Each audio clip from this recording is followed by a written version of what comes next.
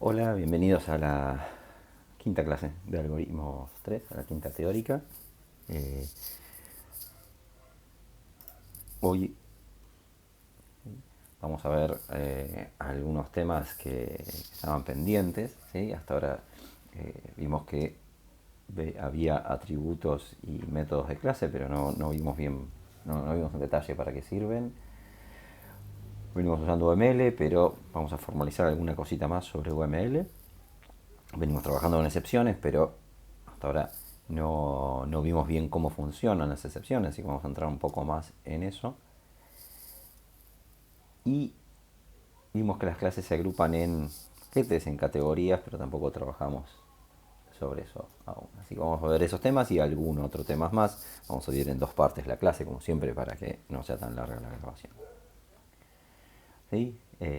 Decíamos, son los temas que mencionamos ahí, y sobre el final también vamos a hablar sobre colecciones e iteradores y genericidad, que es un tema particular que aparece en los lenguajes con tipado estático.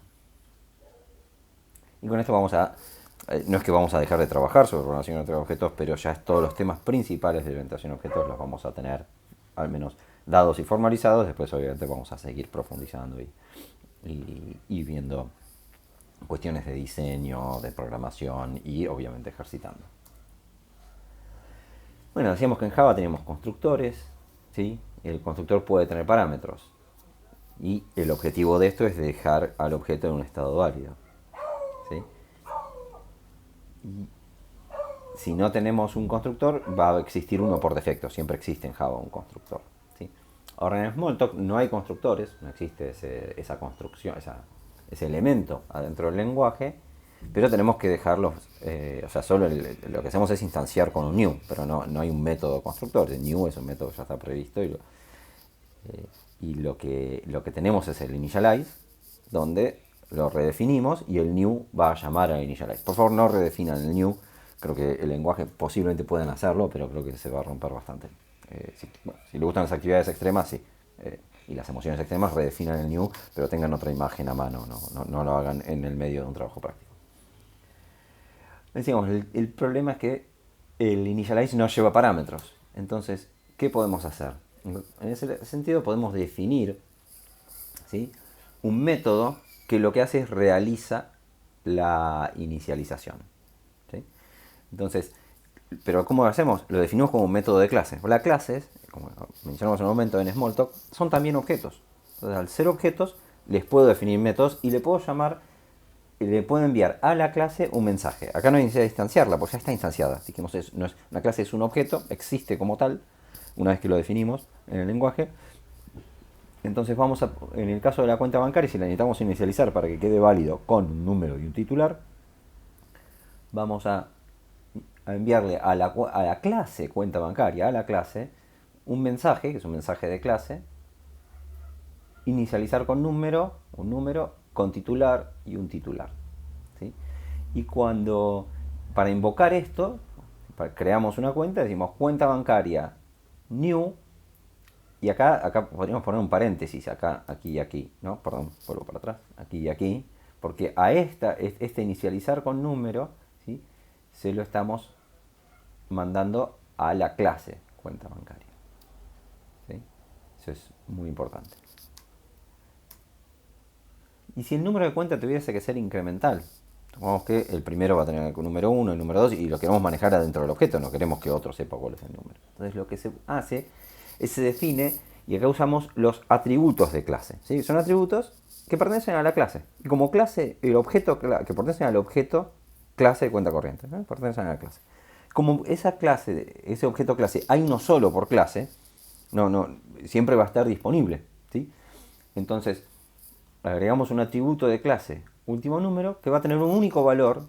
Va a haber una única instancia de este atributo en nuestro sistema, porque, como dijimos, hay un solo objeto en nuestro sistema con que representa a la clase. Si parece un tragalenguas, ¿no? Pero piensen que en este momento estamos tratando la clase como un objeto, porque lo es. Es un objeto, una instancia. Es una instancia, de hecho, de la clase class.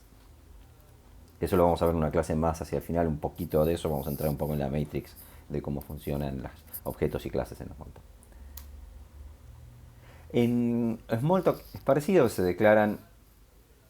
Bueno, en Smalltalk se declaran. Vieron que hay una. Cuando uno ve la clase, está el class variable names. Ahí declaramos los atributos de clase. Así como estaban las instance variable names, tenemos las class variable names. Y en Java se declaran como static en la definición de la clase. Bueno, Java, como siempre, tiene una sintaxis un poco diferente. ¿Sí? Y en UML lo ponemos subrayándolos. Los que son subrayados son métodos y atributos de clase.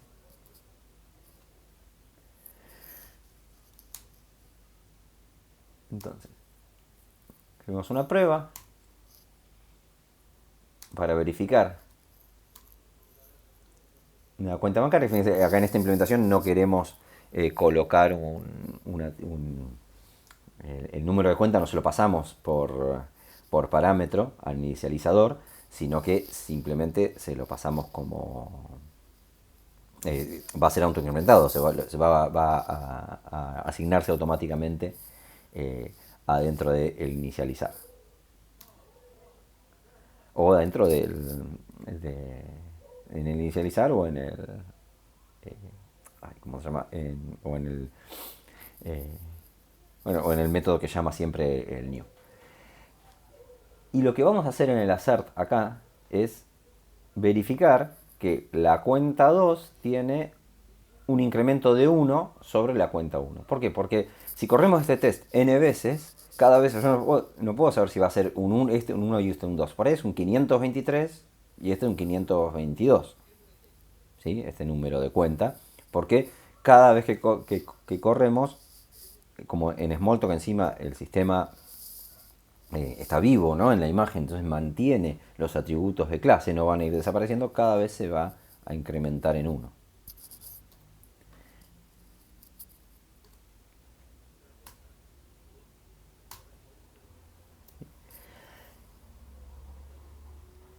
¿Qué hicimos aquí cuando hacíamos cuenta corriente? New. Cuenta corriente es una clase. Acá cuando hacemos el new no es una construcción. Esto parece, o sea, eso lo explicaron en la práctica y lo vimos en algún momento, pero en Smalltalk el new no es una construcción del lenguaje para crear objetos. Cuenta corriente es un objeto de la clase class. ¿No? Vamos a ver, es una clase. El tipo del objeto es una clase, pero es un objeto. Como cualquier instancia de un objeto puede recibir un mensaje. Y este new es uno de esos mensajes. Por eso digamos, esto lo podemos hacer en Smalltalk simplemente porque las clases son objetos y tienen mensajes como cualquier otro. Y en Java es un poco distinto, es una construcción propia del lenguaje donde hay que declarar como estática, ¿sí? A las clases, a los métodos de clase.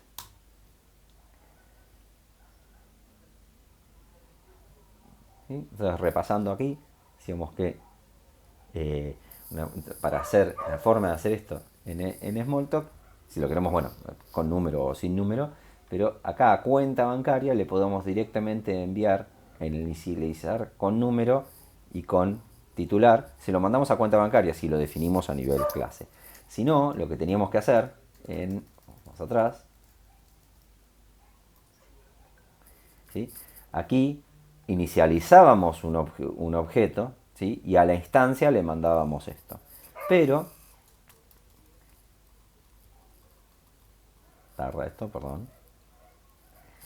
utilizando un método de clase, directamente a la clase le decimos inicializar con número, inicializar con titular. ¿Sí?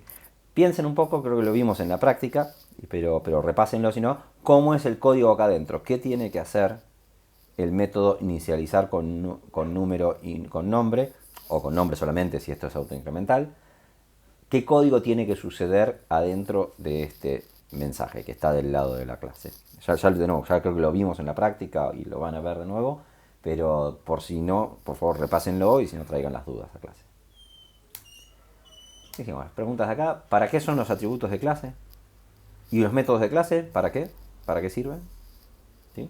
Piensen esto, si no responden inmediatamente a esta pregunta, vuelvan atrás, o como le gusta decir a Pablo Mazú, que dije una vez, rebobinen, que sí, si eso denota mi edad de cuando había cintas y cosas así, rebobinen la grabación y y vean si pueden responder estas preguntas. Si tienen alguna duda sobre la pregunta, por favor traigan la clase, no se la queden, y háganla, mientras si se puede hacer en público las dudas, mejor, porque también le van a solucionar dudas que tienen otros compañeros.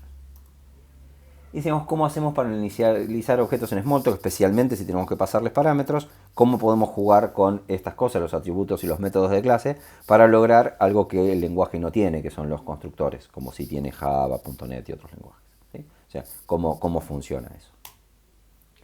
Y ahora vamos a trabajar un poco sobre excepciones, ¿sí? Hasta hace un momento, hasta la semana pasada hablamos de excepciones, de lanzar excepciones, pero no lo vimos muy en detalle. Así que vamos a repasar sobre ese tema. Decimos, ¿cuándo lanzamos excepciones? La idea es que se lance excepciones si el contexto en el que estamos no podemos resolver el problema. O sea, o si vemos que hay problemas o hay situaciones donde básicamente lo del contexto significa las precondiciones, donde no están cumplidas las precondiciones y mi método no va a poder realizar, ¿sí?, lo que especifica en el contrato.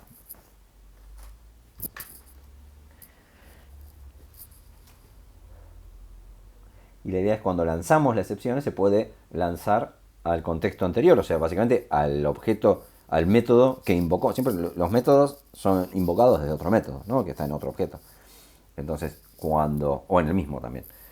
Cuando lanzamos la excepción es que se corta la ejecución y vuelve la ejecución al objeto que lo invocó, que puede intentar resolver el contexto o el problema que causó la excepción.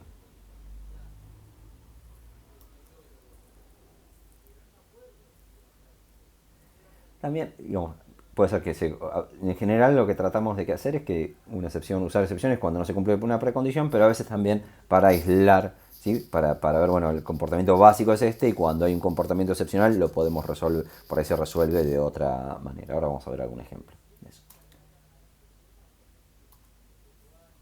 ¿Qué cosas podemos hacer al capturar una excepción? ¿Sí? Una cosa es una excepción de ejecución, terminar el programa, ¿sí?, en forma súbita. ¿Sí? Se corta el programa, como el message not understood, corta el programa, esa no la atrapamos. Podemos ignorar las fallas, no es lo mejor, pero a veces hay cosas que en algunos casos puede servir, ¿sí? Avanzar y recuperar, intentar de nuevo. A veces hay excepciones que se cumplen, por ejemplo, si tengo que conectarme con un sistema externo, ese sistema externo puede estar disponible o no, y a veces, si no funcionó, como si es un sistema externo, hay que ir a través de una red, está por ahí en internet, puede haber un montón de complicaciones, tiene sentido si no devolvió, o si nos volvió una excepción la comunicación con el sistema, hacer más de un intento. Porque por ahí hay cosas donde cada tanto falla y la segunda o la tercera vez funciona bien, ¿sí? O sea, también a veces tiene sentido intentar algo más de una vez, especialmente cuando estamos trabajando con sistemas externos. Y la otra es devolverla, directamente decir, esto yo no me hago cargo, que se ocupe el que me mandó este problema. ¿Sí?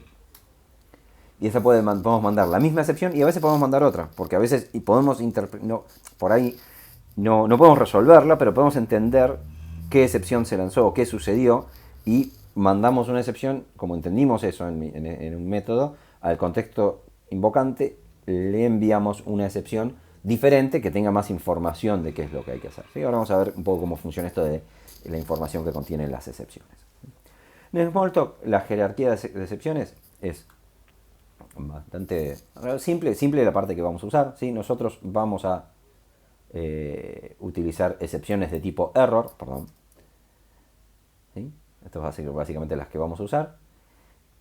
Y la jerarquía, ¿sí?, de la excepción influye en la captura. O sea, cuando capturamos una excepción significa que vamos a estar capturando cualquier excepción de ese tipo o de cualquier descendiente, ¿sí? Porque, ¿qué pasa? Las excepciones son objetos, las excepciones se manejan con un contexto de herencia, donde vamos heredando excepciones de otros. Nosotros nuestras excepciones particulares propias para que hagamos, las vamos a hacer heredar de error. Y como se cumple el contexto, la condición es ¿sí?, como es el principio de sustitución, en una jerarquía de herencia, si yo defino una excepción de mascota sin tratamiento exception en la veterinaria, cosa, y hereda de error. Si yo capturo excepción de tipo error y viene una mascota sin tratamiento de exception, la voy a estar capturando, ¿sí? Correctamente. Ahora, si estoy esperando una excepción de tipo mascota not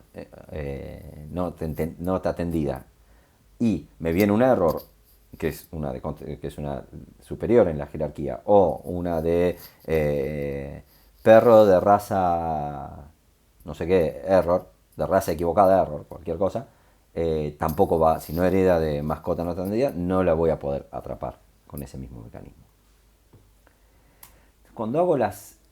¿Para qué sirve esto? Decíamos, ¿para qué sirve generar mi propia excepción? Le voy a agregar código. En general ni le vamos a agregar código a la excepción. Solo la existencia de una excepción, de una clase de excepción, me sirve. Y lo que sirve es para dar mayor información porque yo puedo discriminar cómo trato las excepciones. Si las trato, qué hago en el caso de un tipo de excepción y qué hago en el caso de otro tipo de excepción. ¿Sí? Entonces, por ahí algunas excepciones que recibo, sé cómo manejar ese problema, y otras excepciones que se lanzan no sé y tengo que devolverlas. Entonces yo puedo discriminar en mi código qué hago entre qué tipo de excepción. A ver, como son una clase como cualquier otra clase, y le puedo agregar todos los atributos y métodos que quiera. Lo normal es que es muy común que no agregamos absolutamente nada en la excepción, simplemente la creamos.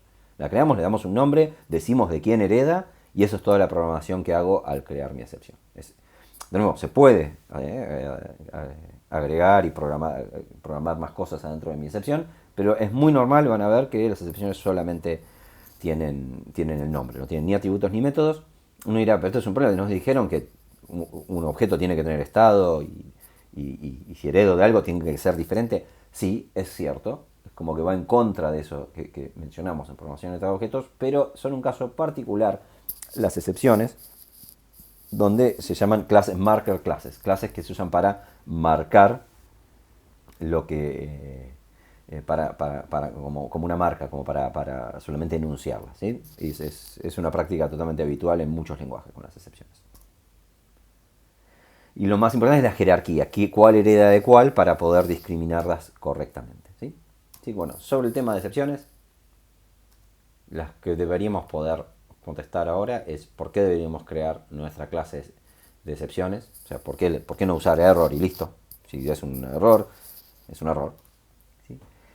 Y en qué casos deberíamos lanzar una excepción al capturarla y no tratar el problema localmente. ¿Sí? Pero rebobinen, como le gusta gastarme a Pablo Mazú.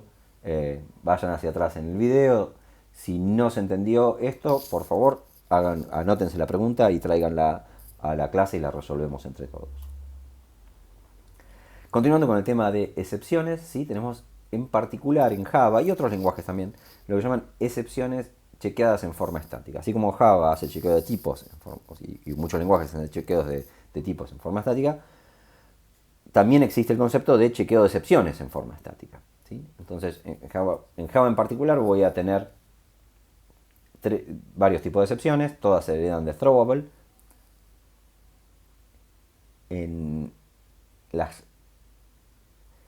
Después tenemos exception. Si queremos utilizar excepciones con chequeo estático, vamos a derivar nuestras excepciones de la excepción de la clase exception. Si queremos no usar chequeo estático, que es toda esta complejidad que vamos a mostrar en las próximas pantallas, heredamos de runtime exception. ¿Sí? O sea, Java tiene las dos opciones: excepciones sin chequeo estático y excepciones con chequeo estático. .NET no le pusieron excepciones de chequeo estático, decidieron que eso no era necesario en el lenguaje. Yo particularmente no los aplaudo porque no me gustan las excepciones de chequeo estático, pero son algo que existe, lo van a encontrar en un montón de lados. Y lo importante, lo vamos a ver ahora, es importante que lo sepan, puede gustar o no utilizar excepciones de chequeo estático, pero en la forma en que se programa hoy en día, uno continuamente está importando librerías, código, bibliotecas de otros lados, bibliotecas open source, formas comunes de trabajar, los lenguajes mismos tienen un montón de bibliotecas estándar, y si trabajan en lenguajes que tienen excepciones de chequeo estático, si ustedes muchas veces el haber importado una librería, una biblioteca, un framework, como les guste llamarlo, van a estar obligados a usar chequeo estático, porque si implementaron, o sea, no siempre, pero si importan una biblioteca, por ejemplo, de comunicación HTTP, ¿sí? Porque necesitan comunicarse con un servicio externo, si esa biblioteca utiliza objetos con chequeo estático, ustedes van a tener que hacer chequeo estático en su código al utilizarlo. Lamentablemente es así. Uno no puede, una vez que se empezó a usar, una vez que lo usan algunos objetos, todos los objetos que interactúan con esos muy posiblemente lo tienen que hacer. Así que por eso es muy importante conocerlo el concepto, para trabajar tanto en Java o en cualquier lenguaje que utilice excepciones chequeadas estáticamente. Bien, básicamente cómo se usa, yo declaro en el método, esto es a nivel de método, no de clase, ¿sí? Declaro en cada método que va a lanzar una excepción chequeada, declaro con la cláusula throws qué tipo de excepción va a lanzar, ¿sí? En este caso, vamos a decir que el dividir hace una división y si ve que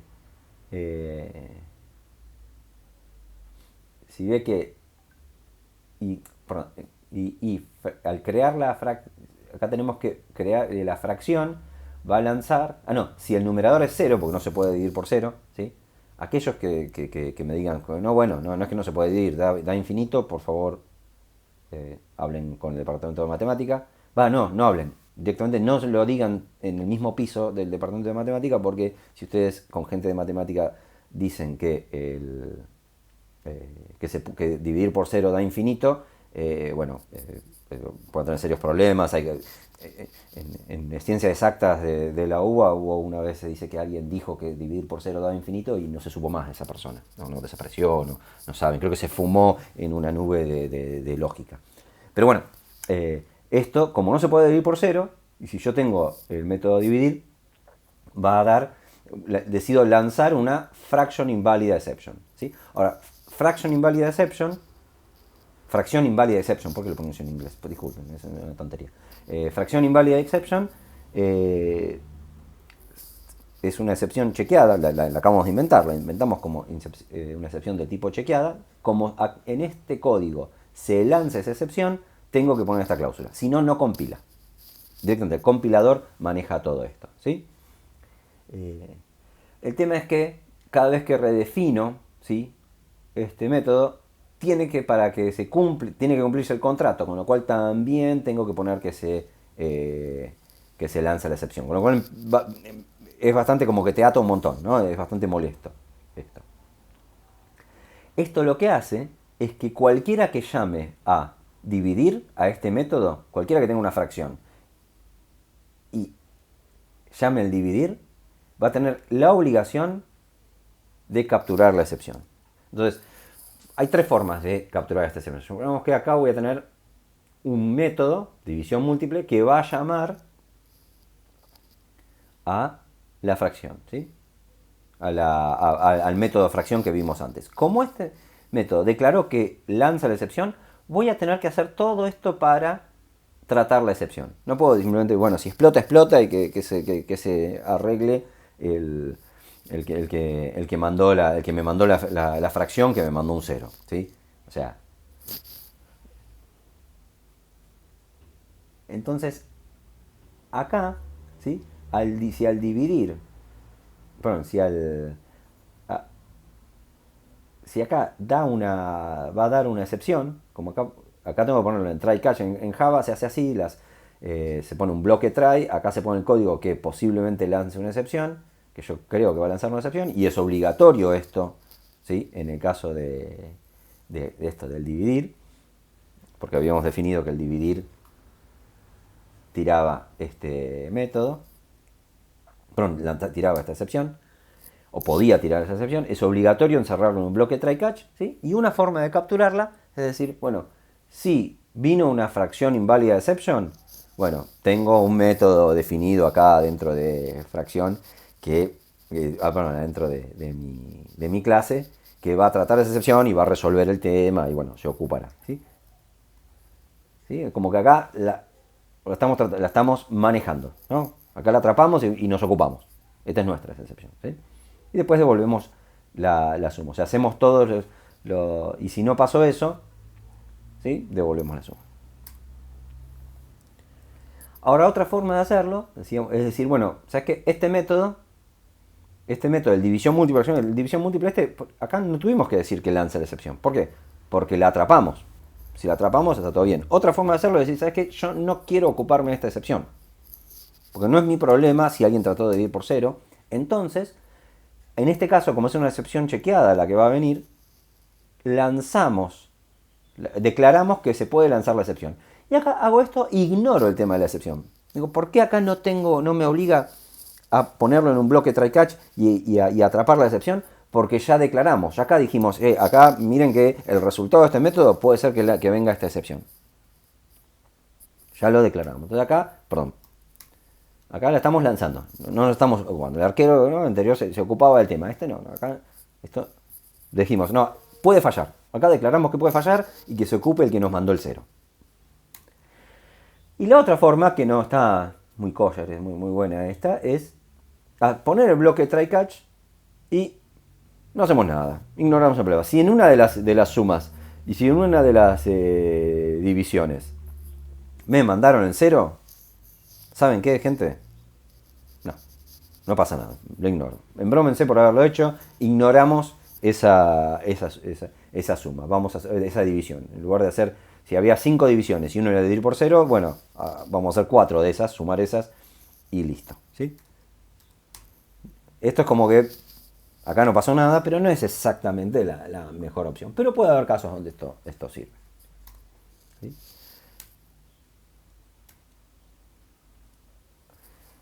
¿Qué tienen las excepciones chequeadas? Y es algo así como el chequeo estático de tipos. Es más seguro. El compilador va a detectar un poco más de cosas, pero me van a obligar a actuar sobre ellas o a declarar el hecho de que lanzo la excepción. ¿Sí? Esto es muy molesto porque el lanzamiento de la excepción pasa a ser parte del contrato del método, o sea, la declaración de que lanzo una excepción. Y esto realmente es molesto. Cuando quiero hacer polimorfismo, si quiero redefinir un método, aún tengo que declarar que lanzo esa excepción, aunque por ahí estoy usando otras operaciones que ya no lanzan esas. Realmente no tiene bastantes desventajas. Y aparte no puedo decir que el throws puedo declarar que lanza una excepción. ¿Sí? Si yo lo redefino y lanzo una excepción que hereda de esa que yo tenía, ahí todo bien, porque el principio es un cumple. Ahora, si yo quiero lanzar otra excepción que está en otra jerarquía de excepciones, soné. Ahí no puedo, porque puedo declarar una sola. Así que es bastante incómodo. Los ingenieros que hicieron .NET de Microsoft dijeron, esto no nos gusta, y prefirieron no tener excepciones chequeadas, y son todos muy felices también, sin excepciones chequeadas. ¿Qué decimos? La verdad que a mí no me convence mucho, creo que hay otros ayudantes que tampoco les gustan mucho las excepciones chequeadas, pero es un mecanismo que existe, tiene sus ventajas, ¿sí? Es mucho más seguro y queda mucho más ordenado, se atrapan un montón de problemas en el momento de ejecución. O sea, uno no puede ignorar el hecho de que determinadas excepciones se van a potencialmente lanzar al usar métodos. Esa es una de esas cosas que dividen las aguas, ¿sí? Es como Boca River o Estudiantes y el Lobo, el Barça y el Real Madrid. No sé, yo no soy futbolero, pero entiendo que esas son cosas que la gente está para uno o para el otro, así. Bueno, estas son cosas que dividen las aguas, el tema de las excepciones chequeadas versus excepciones no chequeadas. Igual es pero muy importante que al trabajar con Java lo entiendan, porque ustedes ya lo habrán visto y lo vamos a ver más en programación orientada a objetos, trabajamos con muchas clases que no definimos ni creamos nosotros, sino que traemos clases, además de las estándar como las colecciones y demás, se importan clases de todos lados, bibliotecas de todos lados y se interactúa, y muchas de estas van a estar con excepciones chequeadas, entonces ahí voy a tener que usarlo en mi código también. Así que es importante el conocimiento de esto. Y también saber que en Java no permite ambas. Con en Java pueden ustedes muy felizmente usar excepciones no chequeadas y yo personalmente creo que van a ser más felices. Recapitulando este tema, ¿qué significa, ¿sí?, el hecho de las excepciones chequeadas que se chequean en tiempo de compilación? ¿De qué se trata eso? ¿No? Armen una oración o un párrafo de esto. Si no pueden contestar un párrafo explicando eso, vuelvan para atrás el video para verlo, ¿sí? Y si no queremos usarlo, ¿cómo hacemos? ¿Sí? Bien, esto ya es bastante largo, así que terminamos esto y la parte 2 de esta clase vamos a trabajar un poco más con UML. Muchas gracias.